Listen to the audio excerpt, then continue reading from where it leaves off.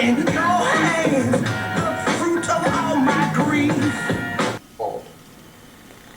You see all these lists of biological weapons, the top 10, so to speak. There are a number of others that might apply.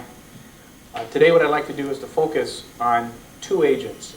If you go to these national meetings and you hear people talk, they talk about the anthrax scenario and they talk about the smallpox scenario. I'd like to do that today. This is anthrax, an electron micrograph again. It's gram-positive spore-forming rod that is so common in nature, being found in the soil. And of course, anthrax, that organism, and South Dakota have met head-on as this anthrax scare reached our own senator, and does raise at least the potential that since the Senate Majority Leader is from South Dakota, and since there's significant preoccupation with symbolism here, there's no reason to suggest, therefore, that South Dakota would be at any less risk, at least for a rural area, as compared to the urban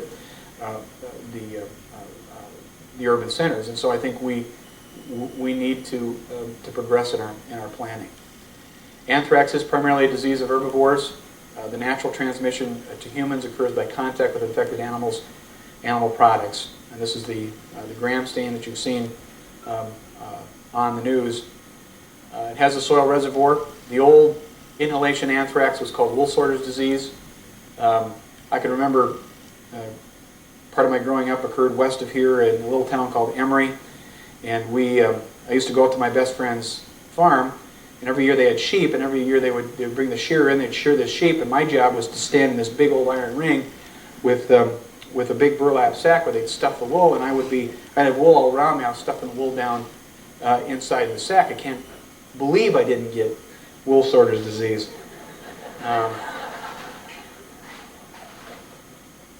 Must have been because I'm Canadian by birth. There is no person-to-person transmission of inhalation anthrax. We do not believe that does occur. The most common form is cutaneous anthrax, which you've heard about, and which there's been so much information about how we manage this. There's been so much anxiety about even this particular aspect of anthrax. Naturally, it is the most common form. It results from the inoculation of spores, note this, under the skin, and so it does not penetrate intact skin. It requires some abrasion or cut and needs to be almost rubbed into the skin for this to occur.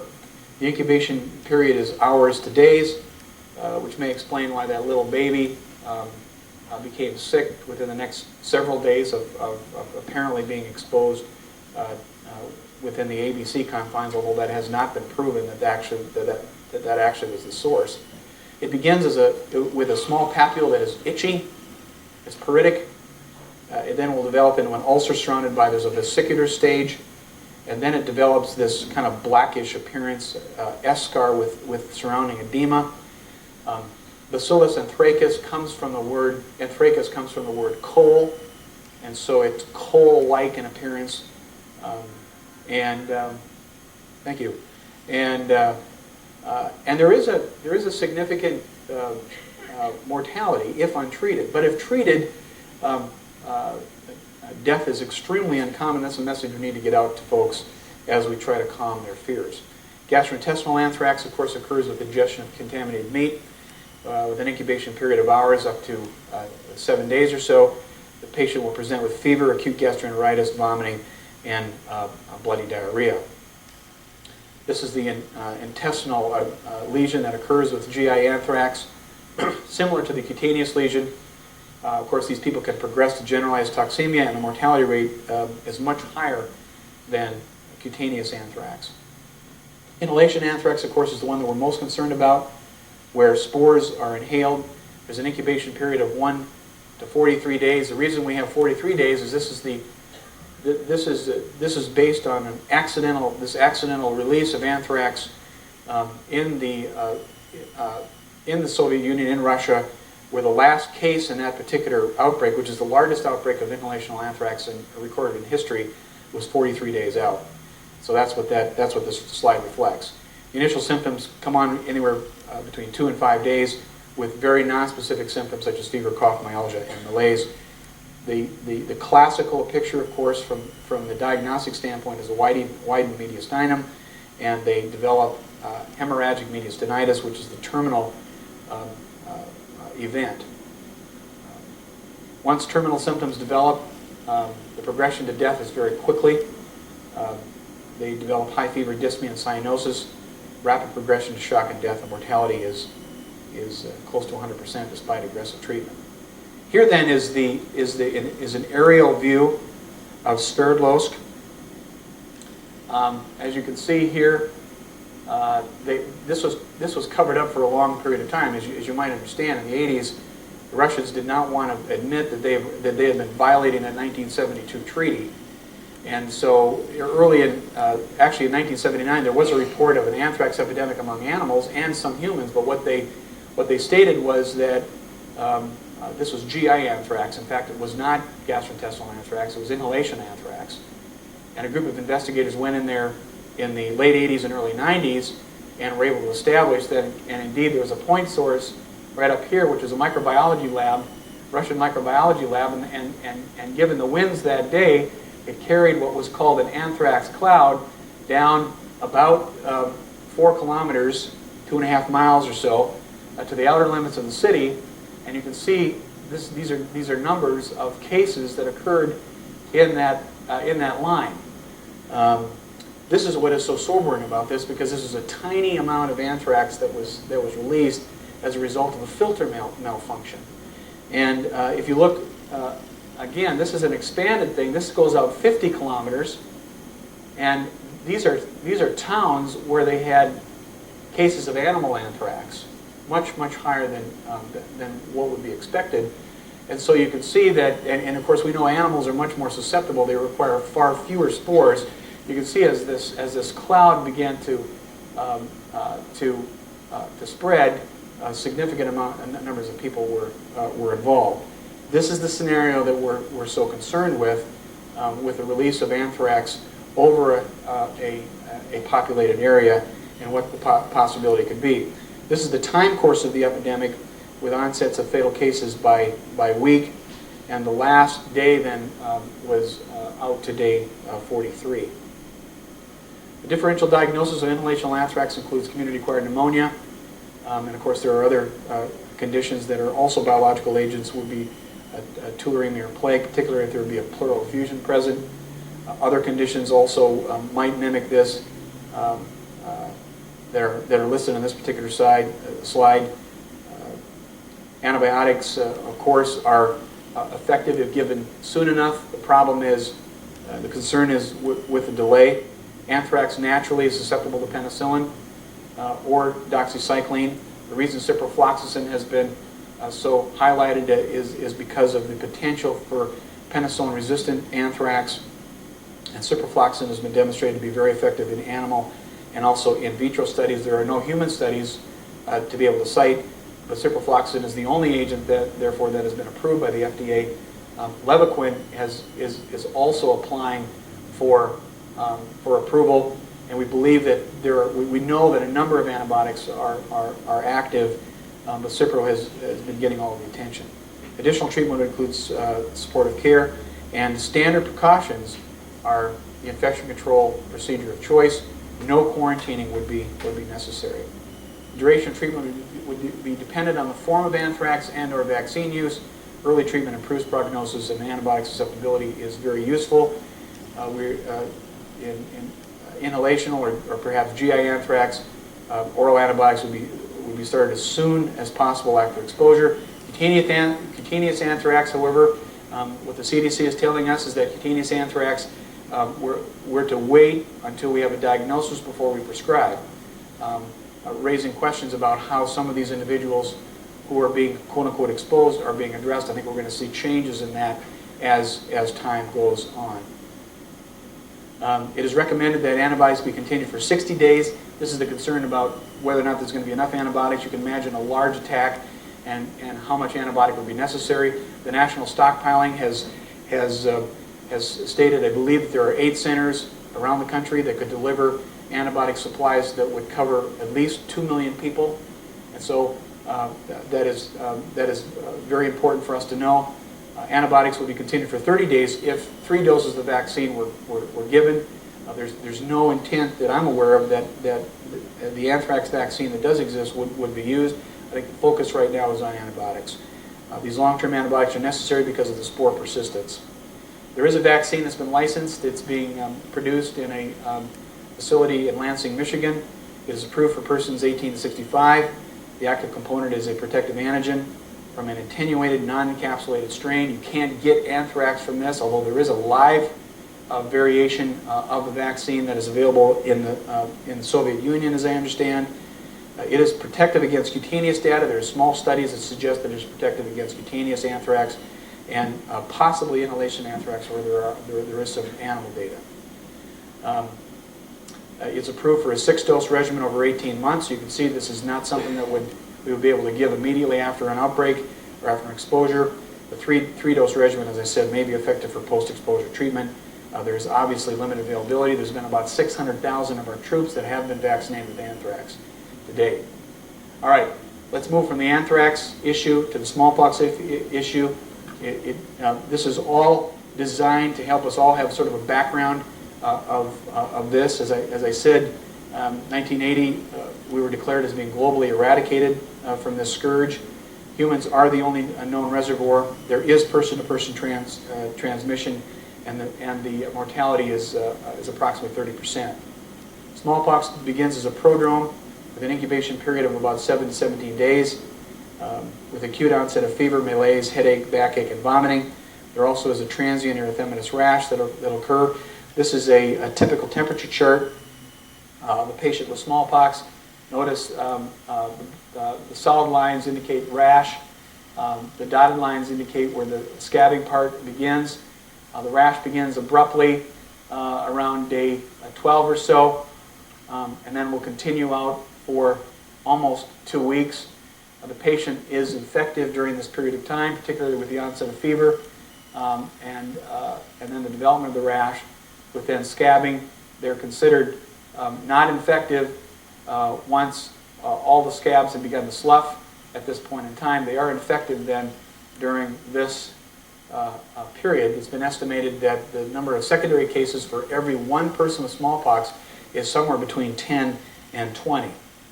This is the rash that typically begins on the face and hands and forearms, spreads to the lower extremities and on the trunk over about 7 days or so. It has what's called synchronous progression, meaning that all the lesions progress at the same time, as opposed to chickenpox, where that is not the case. As you know, with chickenpox, you can see lesions in various stages, and the lesions begin more centrally and then spread out, as opposed to smallpox, as you remember from perhaps your medical school lectures that you're dredging up right now as I'm speaking, coming from peripherally and moving in centrally. Smallpox also causes lesions on the palms and soles. Another example of the appearance of the rash at day 3, 5, and 7 in this little baby, and you can see how it then evolves. There are some complications of smallpox, which include encephalitis, occurring in 1 in 2,000 cases, and variola minor, which is a less severe form of smallpox, 1 in 500 in variola major, which is the more severe type of smallpox. There are other kinds of smallpox, one called hemorrhagic smallpox, malignant smallpox, things that are just language that we're just not familiar with, and we need to become familiar with. Keratitis and corneal ulceration are other complications, and blindness occurs in 1%. Infection in pregnancy results in high perinatal fatalities. Here's the comparison between variola and varicella. You can see similar incubation periods. Hardly any prodrome in chickenpox.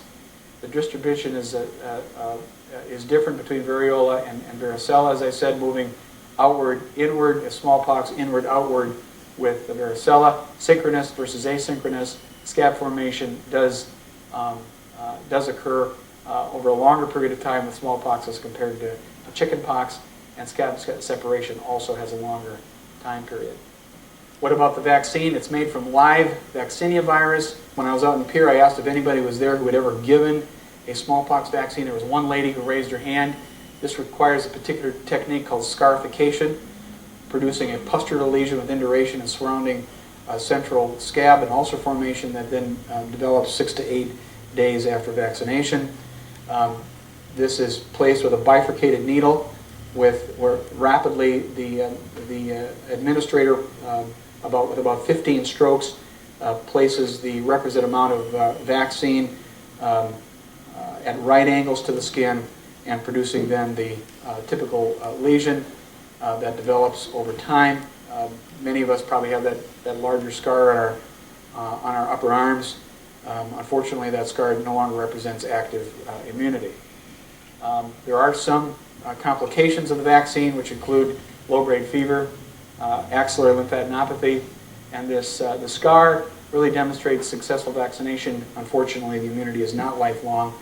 There are some complications, which include inadvertent inoculation, less commonly generalized vaccinia, and post-vaccination encephalitis. This is why we might not ever see smallpox vaccination occur broadly in the population, although it is not even clear that may be the case always. Less common complications would include fetal vaccinia, a condition called eczema vaccinatum and vaccinia necrosum. There's a low rate of death with primary vaccination and less so with revaccination. These are some of the vaccination complications: inadvertent inoculation below the eye, this condition called eczema vaccinatum, and this vaccinia necrosum that can occur. Vaccine immune globulin is used for the treatment of adverse reactions, which occur at about 25 per 100,000. The adverse reaction rate is possibly increased in the immunocompromised, and of course we live in an age of immunocompromise, and so we could anticipate perhaps higher adverse reaction rates in the event of the necessity to use this vaccine. Post-exposure prophylaxis would include pregnant patients with VIG and vaccinia vaccine. In those who have severe problems with eczema, VIG and vaccinia vaccine. Immunocompromised patients, there's no consensus at this point whether you would use VIG alone or VIG plus vaccinia vaccine. And of course, the current supplies of VIG are very limited. The medical management of smallpox would include immediate respiratory and contact isolation of the patient. The patient is considered infectious until all the scabs have separated. We would obviously be notifying our public health authorities for suspected cases, and we would identify contacts within 17 days of the onset of the case symptoms, which is the outer limit of the incubation period. Immediate vaccination or boosting of all potential contacts, including healthcare workers, does have a beneficial effect. If you vaccinate within about 4 days of exposure, you can prevent or even completely eliminate disease, and then the person would be observed for that 17-day period. Passive immunization could be used for potential for contacts in high-risk categories, as I mentioned above: pregnancy, dermatosis, and immunosuppression. So how do we prepare for the worst? Well, we need to distinguish between the bioterrorism hoax and the bioterrorism event. Over time, the hoaxes have significantly been increasing, and we need to know how to handle that. If you look at the internet, you can see all kinds of possibilities. You see air purifiers that people are reacting to, and of course, hoax is panic. You can see here that Cipro now is rivaling Viagra and Vioxx in terms of what some people are willing to sell it for. Up to 50% off U.S. drug prices you can get this drug for. It's just amazing how some people are reacting to this. Of course, gas masks are at a premium. And of course, all of these things are driven by panic and fear. Obviously, this is an absurd way to approach this, but even people are concerned about a filter with this British Imperial water filter that removes anthrax, a biological weapons agent. We need to distinguish between the hoax and an actual event. Of course, our concern with regards to mail has become very, very prominent. There are now, as of last few days, been specific directives on how one handles the mail, and those are you've likely heard about already through the media. Consider the hoax. If we overreact, the terrorist wins, according to Colonel David France, who's a military expert on this subject. Like Ralph Waldo Emerson said, one learns about geology the day after the earthquake. And so that is really true here. The problem is we don't have the luxury of not learning something about geology in preparing for a potential earthquake. And everyone needs to learn how to do that quote-unquote stuff. And we all need to become prepared. What we're trying to do in South Dakota is something that is happening nationally. We're trying to link response systems, including public health, medicine, law enforcement, traditional first responders, emergency management groups. There is a role for public health with the initial response to a covert bioterrorist incident resembling the routine response to a naturally occurring communicable disease outbreak. So we do have experience in how to handle epidemics. The problem is we've never had to handle what some people have imagined as the kind of epidemic that we're speaking of. The last major epidemic really probably tracks back to 1918 in terms of involving a national response. Public health approach includes surveillance, investigation, and control. This is a so-called disease reporting pyramid. We'll begin down here with the general public, a population at risk, perhaps a football stadium or a mall involving certain people that are exposed, resulting in a certain number of infected people, symptoms, medical care sought, specimens collected, lab tests ordered, and positive results, and finally a report. And of course that all comes over time, and what we're trying to do here is to shrink this time as small as possible. The bioterrorism surveillance system is worthless if it just records history. This obviously needs to be more proactive. And the aim there is therefore to set the tripwire as far out as we can on the perimeter, to use military language. This is where we all come in with our educational efforts with the public, educating ourselves so that we would all become more aware. What we're trying to encourage is this concept of vigilance, which is basically fear to be observant or to be watchful with confidence as opposed to anxiety, which is to be watchful with fear. And so we want to promote vigilance as we proceed forward. There are certain epidemiologic clues, incidents of uncommon illness, unexplained disease or deaths, unusual clinical presentations, changes in morbidity or mortality, multiple disease entities in the same patient, atypical routes of transmission. For those of us who are medical so-called professionals, we need to hold a high index of suspicion for bioterrorism. We need to know how to isolate patients so that spread of infection does not occur potentially. We need to report suspected cases immediately. We need to obtain appropriate biologic samples. We need to make a diagnosis, and we need to suspect even cross-species infection involving the veterinary community as well. The public health service will investigate all unusual deaths or illnesses, provide public education and work with the media, which they are doing already in this state, classifying organisms through the state health laboratory as a role that public health has, prevent disease spread, as we said, and to call in other expertise.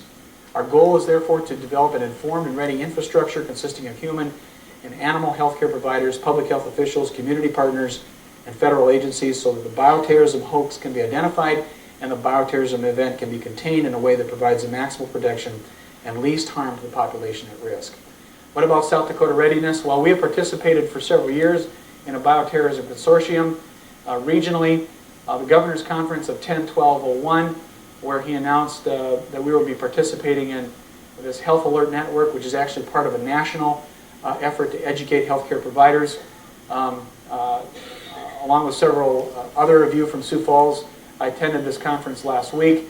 It was an effort to raise awareness, and I think we are appreciative to Governor Janklow for taking the bull by the horns, if you will, and becoming very involved. He's very concerned about this, and very much is depending upon us. He has called us the first line of defense. He said, after you, there's nothing.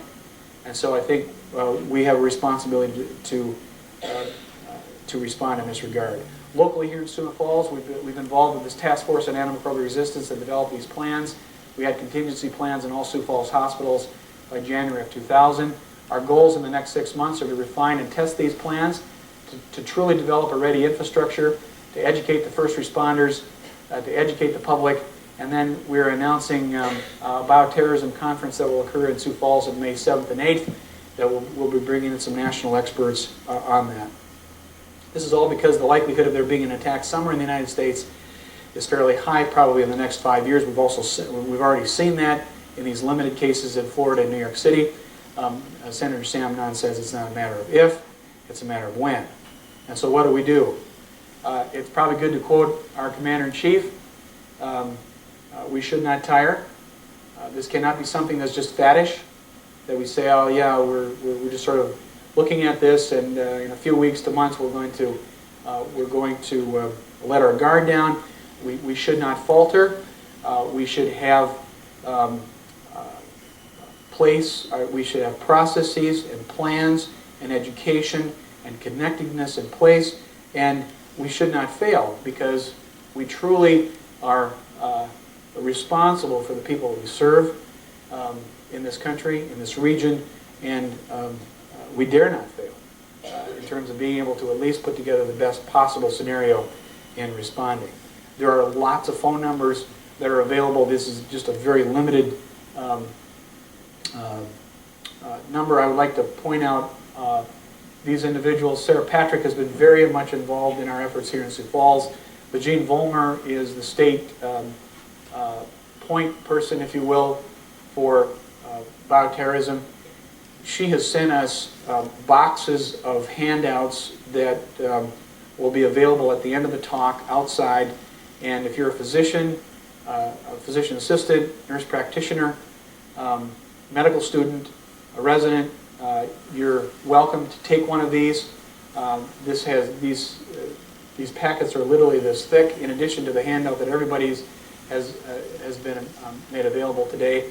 The handout that you have contains a summary of our planning here in Sioux Falls.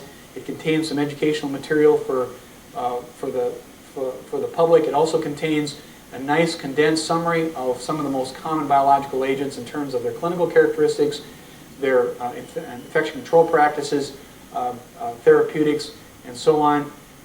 And please feel free to share these with other individuals. But the state is really on fire, if you will, to really help us. They want to be involved.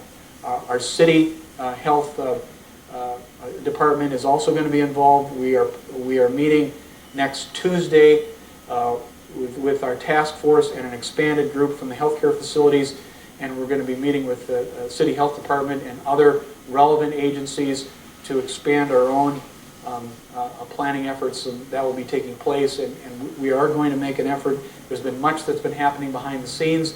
I stated this yesterday when I was interviewed. We're much better prepared even than we were 2 weeks ago. We're certainly much better prepared than we were 2 years ago, and so we just need to keep it up and progress. I'm going to stop there. I appreciate your attention, and we have time for a few questions. Thank you very much.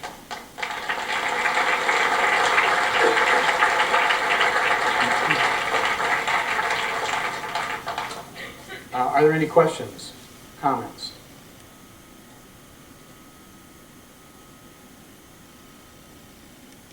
Yeah.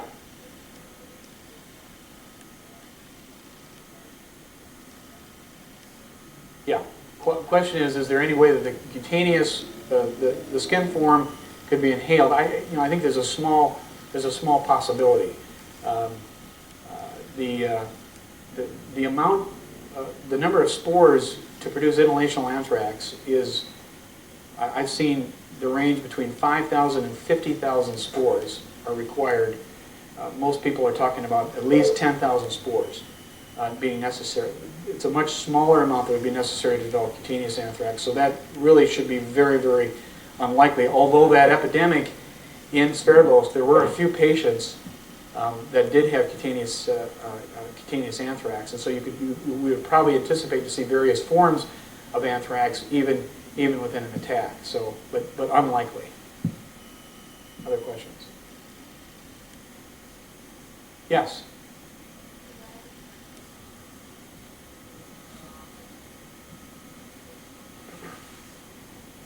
There you go. Can you repeat the question?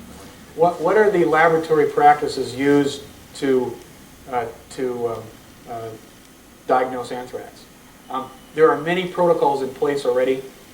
The state, one of the things that we did on Friday, the governor announced that we would have, there's 9 hospital labs that have been designated as centers where specimens could be collected. They could then be sent to 3 more sentinel labs. One is in the VA hospital here in Sioux Falls, and Mary Jo Jaco, where are you, Mary Jo? Right there, is the director of that lab. She's a clinical microbiologist, and has really helped us a ton here in South Dakota in many ways. St. Luke's in Aberdeen and Regional Hospital in Rapid City, those are sort of the 3 major labs. They would then be funneled into the state lab, or its designate. My understanding is that they're going to use the Brookings lab as well, I think, for some of the culturing in that event. The specimens, you've heard a lot about nasal swabs. Nasal swabs are used more for epidemiologic testing. They can neither rule it in or rule it out. And we should not be using nasal swabs as a way to reassure people. Okay? And that's actually come down from the CDC as well, that nasal swabs using a gram stain to see if there's gram-positive rods is not very sensitive nor specific. And so we would rely on culture data, which would include the typical 24 to 48 hour reporting periods. There are some direct testing methods that are being used. There is a PCR test that is being evaluated. Mary Jo, I think you were telling me that there's 3 prototypes of on-site PCR availability. They're now making more smaller varieties. Is that correct? This is all prototype? Okay. At this point, we're relying on culture data, and of course, in the case of an actual case of anthrax, we would be culturing sputum and blood, and that would be the principal way of making this diagnosis. Are there questions or comments? Yes.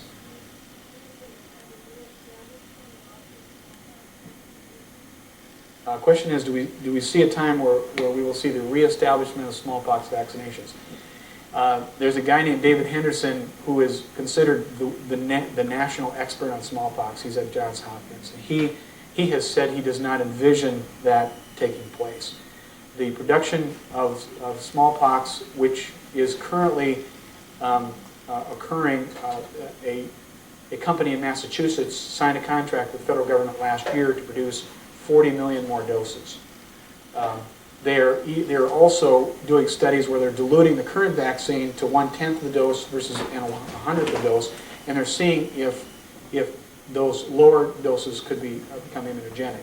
But I don't think anybody is envisioning that mass vaccination would take place, simply because, if no other reason, there's some significant adverse consequences. Yes?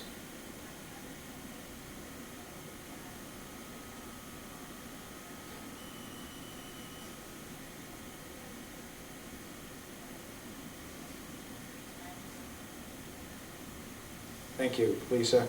Question was, we're approaching the flu season, and what are the recommendations in terms of diagnosis and treatment? If there was ever a year to get your influenza vaccine, this is the year. Okay? We should have. There should be no excuse unless there is unless there's some prohibition or contraindication that you have for us to be getting our influenza vaccines.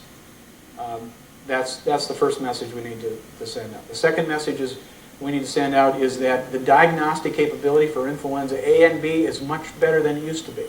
Last year, we were able to separate influenza A and B so that we did not have to deal with the confusion of the screen that would come up and would be positive. We weren't sure if it was A or B. We have better direct testing, and of course, Dr. Jaco can comment on that much better than I can. But we do have very good diagnostic techniques, as well as traditional viral culturing. We should make you aware that the first case of influenza has been reported. It was reported last week from Arizona, and so the influenza is here, if you will, in the United States. It is a type that is included in the current vaccine that will be utilized, that first isolate. So I think that's the message. Get your vaccine, and be aware that we can very quickly rule influenza in and out to a significant extent using appropriate diagnostic tools. Mary Jo, would you add anything to that?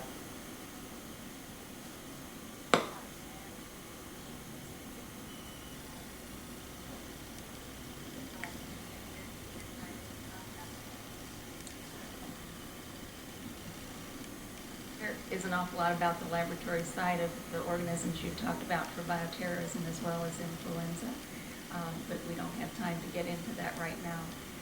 The gram stain and culture will be the frontline method of detecting anthrax.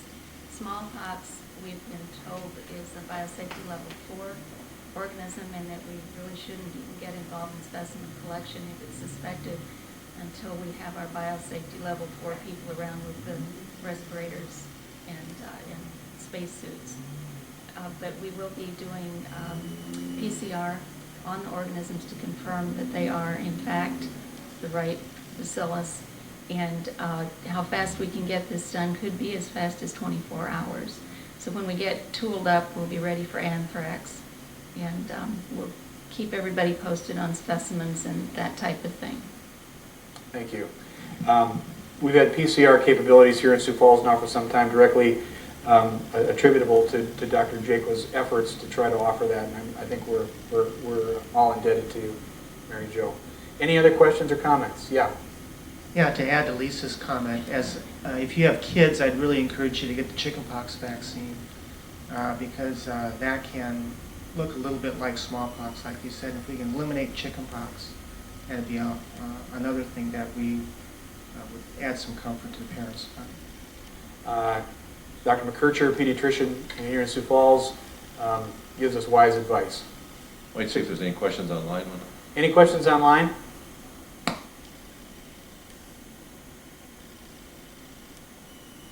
Any other questions for?